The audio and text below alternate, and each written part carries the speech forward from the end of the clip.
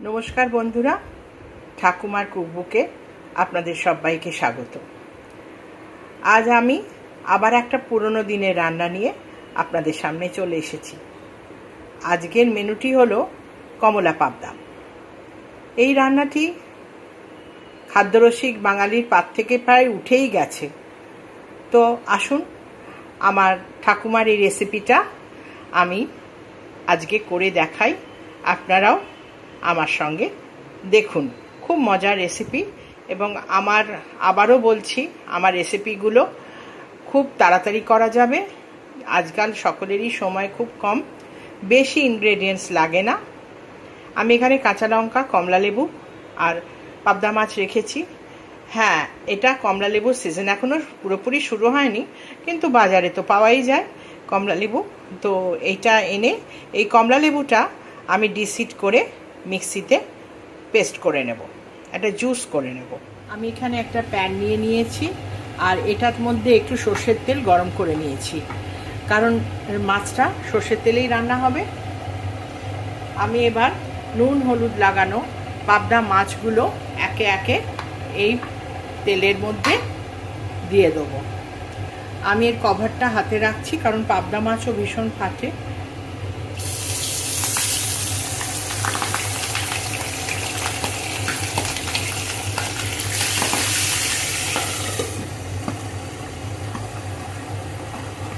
আমি একে একে মাছগুলো সব ভেজে নিচ্ছি। দেখুন বন্ধুরা, মাছগুলো আমি সুন্দর করে ভেজে নিয়েছি।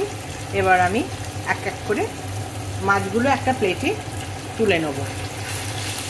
একটু সাহসের সঙ্গে মাছটা ভাজতে হবে, যাতে ভেঙে না যায়, সুন্দর করে ভাজা হয়। আর যদি মাছটা বেশি ফাটে তাহলে একটা আপনারা কভার ইউজ করতে পারেন। মাছগুলো আমি সুন্দর করে ভেজে নিয়েছি। এবার ফোড়নে দেব সামান্য একটু কালো জিরে আর কাঁচা লঙ্কা। এটা একটু ভালো করে ভেজে নিয়ে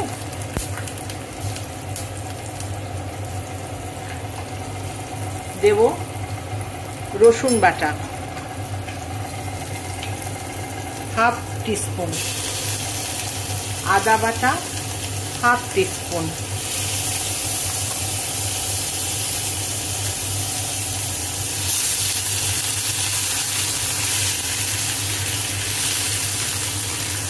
এর কাঁচা গন্ধটা চলে যাওয়া অবধি এটাকে একটু ফ্রাই করব।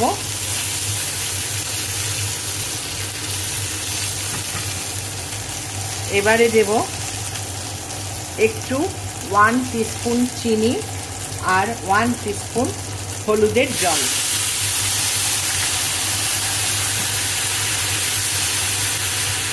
খুব কম ইনগ্রেডিয়েন্টসই লাগে আর রান্নাটা তো ভীষণ সহজ করা। এরপরে দেব যে অরেঞ্জ জুসটা আমি করে রেখেছি, সেইটা একটা ছোট অরেঞ্জের জুস, এইটা আমি দিয়ে দিলাম। এবার দেব আন্দাজ মতো নুন। আমি 1 চামচের একটু কমই নুন দিলাম, কারণ পাবদা মাছে খুব বেশি নুন টানে না। এইবারে দিয়ে দেব মাছগুলো, যেগুলো আমি ভেজে রেখেছিলাম। এক এক করে মাছগুলো দিয়ে দিলাম। সুন্দর করে মাছগুলো একটু গ্রেভির সঙ্গে ফুটবে, তার জন্য আমি আর একটু জল দিচ্ছি।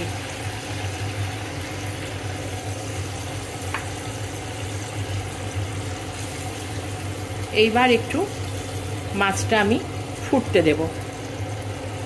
আমি একটা কভার দিয়ে নিচ্ছি। 5 মিনিট পর আমরা ফিরে এলাম।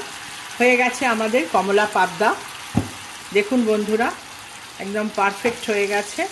ঠিক এই রকমই দেখতে হবে, কনসিস্টেন্সি ঝোলের এরকমই থাকবে, তাহলে খেতেও ভালো লাগবে। অনেকটা ঝোল এই মাছের জন্য ভালো লাগবে না, এই যেটা আছে, যেটা আমি রেখেছি, এটাই একদম পারফেক্ট।